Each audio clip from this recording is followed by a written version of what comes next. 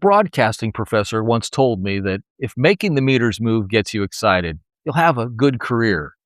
And what he didn't tell me, what nobody tells you, is that one day you'll be living that dream and not even see it anymore. Today, we're exploring what happens when you stop recognizing the life you once hoped for, and why the growth that matters most is often the growth you never would have chosen.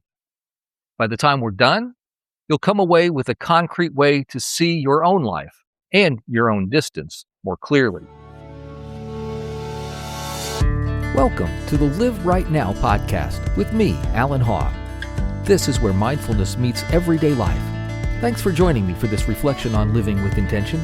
Let's talk about how we can live right now.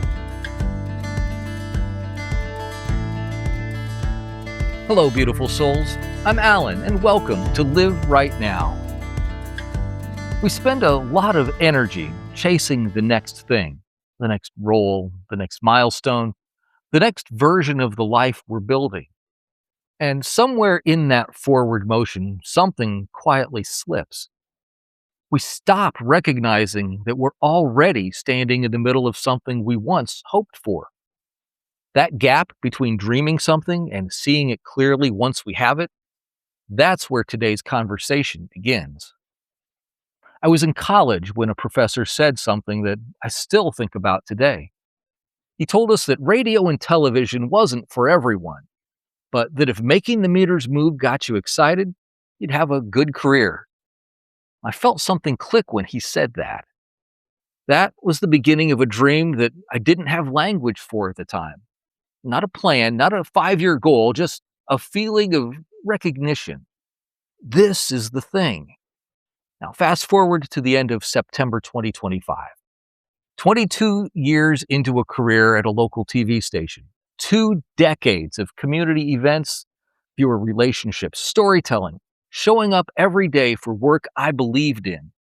And I'll be honest with you, by that point, I'd stopped thinking of it as a dream. It had become something else. Routine, identity, just the shape of my life. That's the quiet trap we all fall into. The dream becomes the default. We stop seeing it. Then, one evening after work, I got a phone call. Now, over the prior weeks, I'd watched more than 24 colleagues lose their positions. And to be honest, by that point, I thought I'd dodged the bullet. And then the call came. My position was being eliminated. No warning, no transition, just gone. And in that moment of losing the thing I'd stopped appreciating, I finally saw it clearly. 22 years of exactly what that professor had described. A career built on something that had genuinely lit me up. A dream fully lived. I just hadn't been looking at it that way.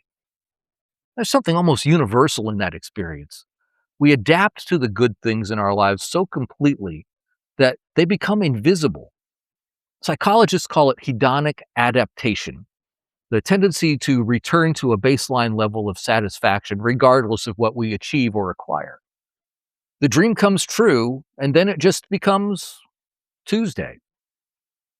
That means most of us are walking around inside a life our past selves would have been grateful for, and not seeing it at all.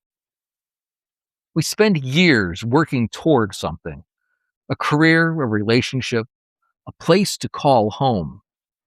And then we get there, and somewhere along the way it stops feeling like an arrival. It just becomes where we live. That's not ingratitude. It's human. We're all wired to adapt to normalize. We move the baseline forward, and the thing that we once hoped for becomes the thing we take for granted. And we're already looking ahead to the next horizon before we've really stood still in the one we've reached. But here's what that costs us. When we stop seeing the dream we're living, we also lose access to the gratitude that comes with it. And gratitude isn't just a feel-good practice. It's a source of resilience. It's what helps us hold difficulty without being destroyed by it. Take a moment this week and ask yourself honestly, what am I living right now that a younger version of me would have hoped for? Not what you still want, what you already have. The dream you're standing in deserves to be seen. But here's where this realization gets tough. Sometimes the growth we need most isn't growth that we could have dreamed of. It's growth that we have actively avoided if we'd have seen it coming. Now, that same week that I marked that 22-year milestone, I was preparing to take time off for my father's funeral.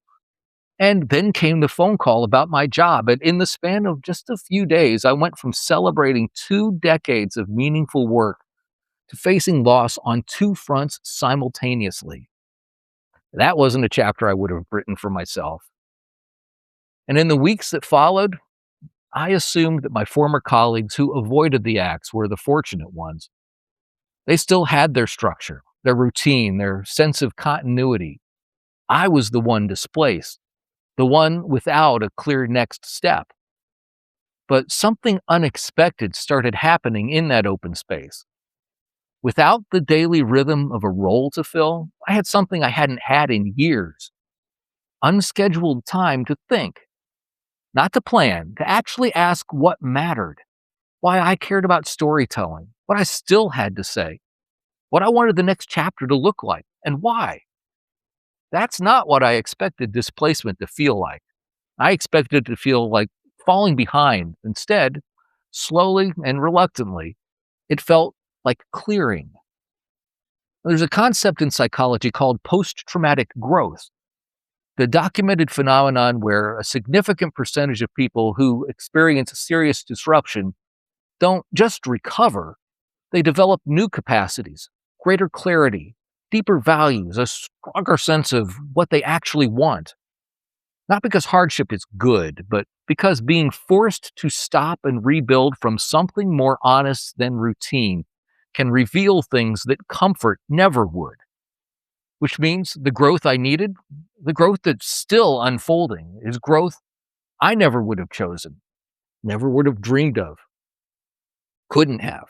But then we have to ask ourselves, if the dreams we can imagine only take us so far, how do we get to the dreams we can't imagine? Not by planning better, not by dreaming bigger, but by living through the things we wouldn't have chosen. The disruption, the loss, the moment when the path we were on simply disappeared. That's an uncomfortable answer because it means that the growth we need most isn't something we can engineer.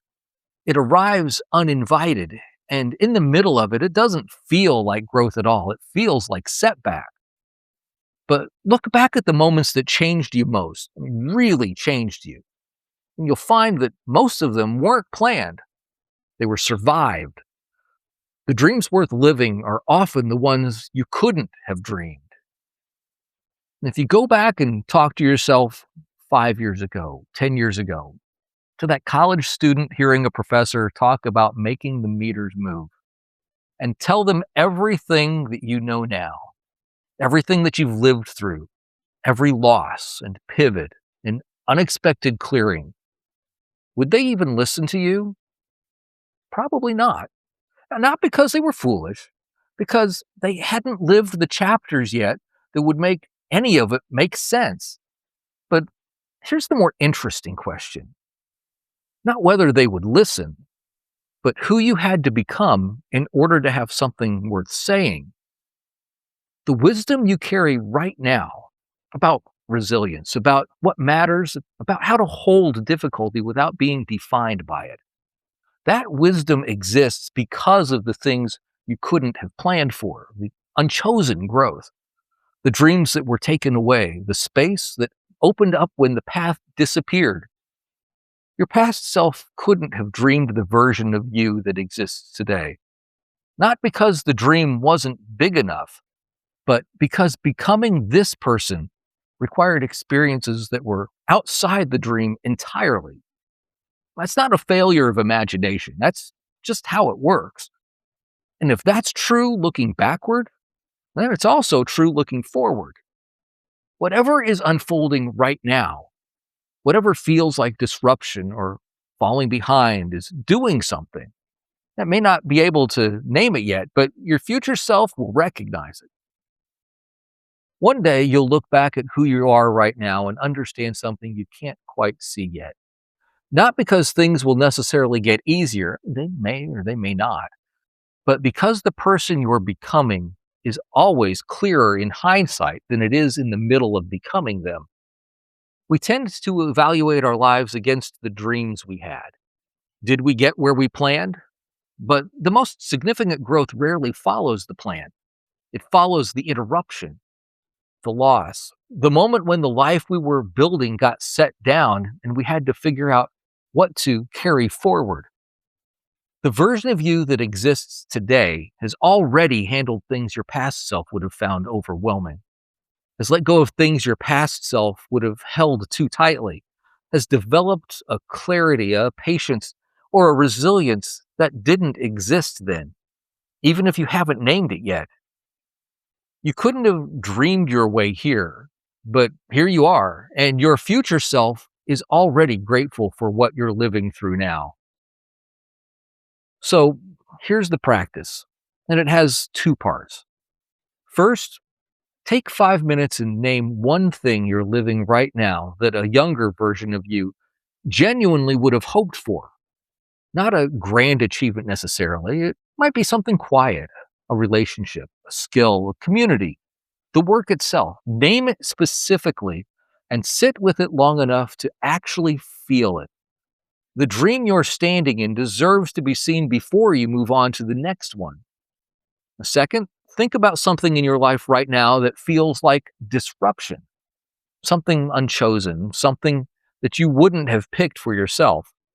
And ask honestly, what might this be making possible that the comfortable version of my life never would have? You don't need an answer today. The question itself is the practice. That professor was right. If the thing lights you up, you'll build something real around it. And what he couldn't have told me, what nobody could have, is that the building would include chapters that I never would have chosen, and that those chapters would matter just as much as the ones I planned. Oh, and that professor? He was an award-winning DJ who himself eventually traded his seat behind the mic for a role shaping music programming at Apple Music. Now, you couldn't have dreamed your way to where you are, but you got here, and that's worth seeing clearly. Thanks for spending some time thinking about this with me today. Until next time, stop long enough to see the dream that you're already living. Keep moving forward and remember to live right now. Thanks for being part of Live Right Now. If you like what you've heard, I encourage you to like and follow the podcast on YouTube or your favorite podcast platform and share it with someone who could use a little inspiration today. Join the conversation on our Facebook page or email me your thoughts at the address in the show notes. I'm Allan Haw. Until next time, make the most of every moment and remember to live right now.